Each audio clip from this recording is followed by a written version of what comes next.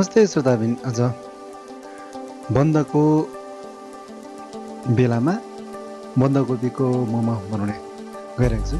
बन्दकोपी तपाईँले चाहिँ दुईवटा भेटमा छ नि, बन्दकोपीसँगै प्याज पनि चाहिन्छ हामीले।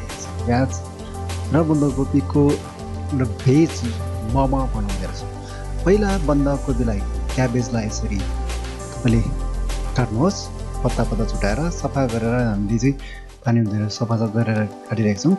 अनि त्यसलाई तपाईँले स्टिलको ग्लासले यसरी मजाले चप गर्नुहोस्। यो उसले भन्दा पनि तपाईँको यसरी यो एकदम कमल हुने भएर स्टिलको ग्लासले बारम्बार चप गर्दाखेरि एकदम हुन्छ। अनि फेरि पनि तपाईँले त्यो बन्दालाई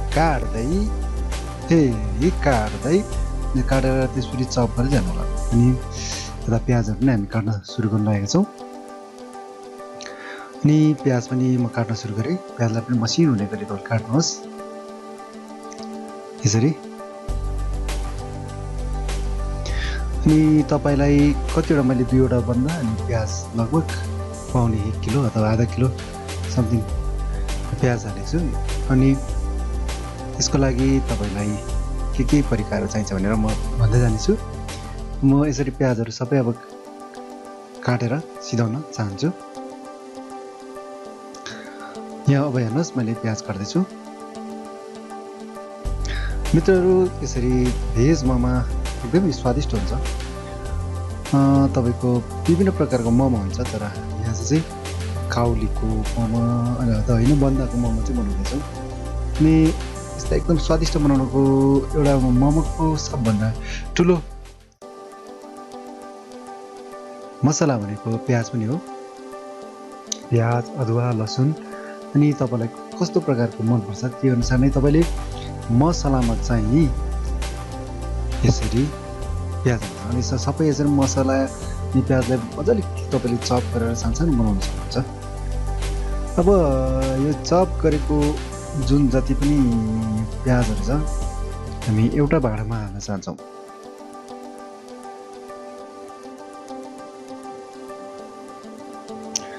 अनि यो एउटा भाँडामा हालेर हामी यसलाई चपिङ गर्न चाहन्छौँ अनि यसलाई मिक्स गर्न चाहन्छौँ। यसरी हामीले एकै ठाउँमा क्याबेज र ओनियनको यो टुक्राहरूलाई चाहिँ अथवा हामीले गरेको त्यो किमालाई चाहिँ एक ठाउँमा हाल्न खोजिरहेका छौँ र मिक्स गरेका छौँ। अनि अझै पनि मैले प्याजहरू काटेर चाहिँ टन्नै प्याज भएको कारणले गर्दाखेरि यो प्याज किन चाहिँ यसरी हामीले सबभन्दा टाइम लाग्ने भनेको प्याज काट्नु अनि किमा बनाउनु नै हो। अनि यसलाई किन हामी डिटेलमा देखाउन खोजिरहेको छौँ भन्दाखेरि मोमोलाई मिठो बनाउने भनेको यसमा भएको भित्र हालिने भेज मोमोको मसला अथवा प्याज, क्याबेज अनि मिक्स गरेर जति पनि तपाईँले मिठो बनाउनुहुन्छ किमा त्यति नै मोमो मिठो हुन्छ। अनि साथसाथै अनि जुनैसुकै मोमो होस्, तपाईँको मिट मोमो होस्, बफ मोमो होस्, चिकन मोमो होस्, तिनीहरूभित्र हालिने जुन चिकन बफहरूमा राम्रोसँग इन्ग्रेडियन्टहरू मिलाउनु भएको छ भने मोमो स्वादिष्ट बन्छ। तपाईँलाई जति खाए पनि खाउँ लाग्छ। पेट चाहिँ भरिसकेको हुन्छ तर मुख भरिँदैन भन्नाले एकदमै पेट अगाएर अब हामीले अदुवाको पेस्ट हाल्दैछु। यो अदुवाको पेस्टहरू त्यहाँदेखि अनि बाँकी भएको यो प्याजको यो किमा, प्याज टुक्रा टुक्रा पारेको प्याज चपिङ गरेर सानसानो बनेको यो टुक्राहरू प्याजलाई हाल्दैछु।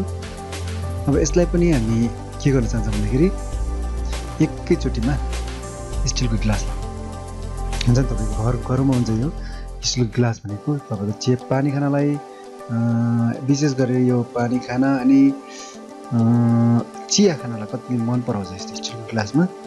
जाडो महिनामा तातो चिया यसो समातेर त्यहाँदेखि चिया खानालाई एकदम मन पराउने स्टिलको ग्लास सजिलो पाइने हुन्छ र यसैले नै यो स्टिलको ग्लासले नै हामी चपिङ गर्छौँ। अनि तपाईँको मिक्सचरहरूमा गर्न सकिन्छ। मिक्सचरमा अलिक सानो र मसिनो भएको कारणले गर्दाखेरि अलिक स्वाद बनाउन सक्छ।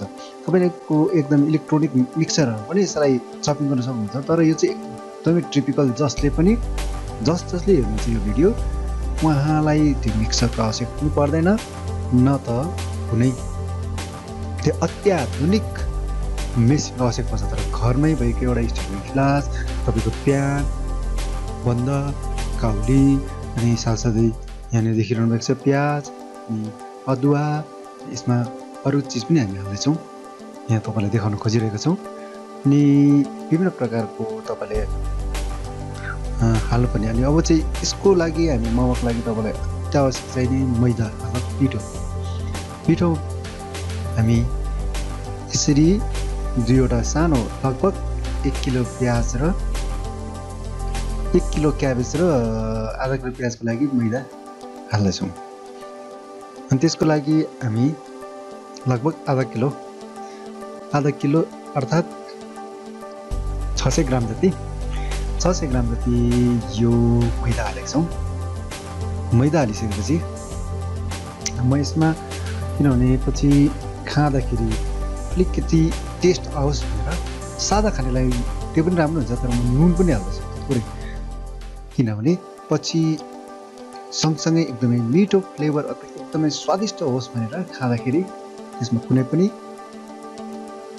नमिठो नहोस् भनेर हामीले पानी हाल्नुहोस्। पानी हालेर त्यसमा एकदमै मैले हल्का बेकिङ पाउडर पनि हालेको छु, जुन चाहिँ तपाईँको त्यो आँटा मैदालाई नरम बनाइन्छ, खाँदाखेरि पछि अलिकति सेलाएर खायो भने उयो हुन्छ। अब त्यसलाई अघि हामीले बनाएको यो उसमा यो उयो हाल्दैछौँ, त्यसमा पनि नुन हाल्दैछौँ।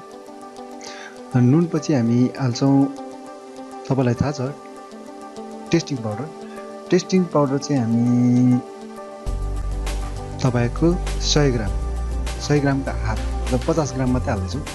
यो टेस्टिङ पाउडर 50 ग्राम, किनभने टेस्टिङ पाउडर हाल्नुको मुख्य कारण चाहिँ कहिलेकाहीँ यो क्याबेज तपाईँको अक्रक्क परेर बस्छ, त्यहाँदेखि तार्दाखेरि अलिक गल्दैन। यो टेस्टिङ पाउडरले चाहिँ लतक्क गलाएर त्यहाँदेखि मिठो बनाउँछ। अब यसमा हामी चाहिँ एकदमै तताएर तेल हाल्छौँ, तोरीको तेल हाले पनि हुन्छ, तर विशेष गरेर तपाईँको सनफ्लावर ओइल हाल्यो भने मिठो हुन्छ। अनि यसलाई चाहिँ हामी मजाले मिक्स गर्छौँ। यहाँनिर के हाल्यो भने पहिला सुरुमा हामीले हालेका थियौँ अदुवा, लसुन, त्यसपछि प्याज र क्याबेज त भइहाल्यो यसको, अनि साथसाथै अजिनामोटो। अनि अब यसको लागि चाहिँ हामी मोमोको लागि तपाईँको अचार पनि चाहिन्छ। अचारको लागि हामी यसो गोलभेडा लिँदैछौँ। अनि तपाईँ कतिलाई गोलभेडा मनपर्छ, अनि यसमा तपाईँले तिल अनि अरू चिजहरू पनि हालेर तपाईँले अचार बनाउन सक्नुहुन्छ। मित्रहरू, यसरी बनाउँदै गर्दाखेरि भोक आइसक्यो, यो बनाउँदै भोक लागिसकेको छ। अब हाम्रो यो आँटा पनि गुनिसकेको छौँ, अनि यसलाई चाहिँ हामी मजाले पास राख्छौँ। एकैछिन राखेको थियौँ यसलाई गुनिसकेर। अब हामीलाई चाहिने भाँडा भनेको मोमो पकाउने, जसलाई मक्टु पनि भनिन्छ। यो मक्टुमा कतिवटा अड्छ भनेर यसरी हामी हेर्दैछौँ। मित्रहरू, यसमा हामीले तेल लगाएको छौँ, किनभने यसमा देखिरहनु भएको छ यहाँनिर तेल लगाएको छौँ र तेल मजाले यसको माथिल्लोपट्टिको बेसमा दल्दैछौँ। अब हामीले त्यो मैदाको पिठोलाई सानो डल्लो पार्दैछौँ। डल्लो पारिसकेपछि तपाईँले देखिरहनु भएको छ। अब हामी के गर्नुपर्छ भने यसलाई रोटी बेल्नु आवश्यक छ। रोटी बेलिसकेपछि चाहिँ अनि तपाईँको त्यसमा किमा हाल्नुहुन्छ। अनि यहाँ हेर्दै हुनुहुन्छ मित्रहरू, म एउटा डल्लो लिएर यत्रो सानो गरेर, तपाईँलाई थाहा छ रोटी बेल्ने भनेर, अनि रोटी बेलेर त्यसमा यसरी।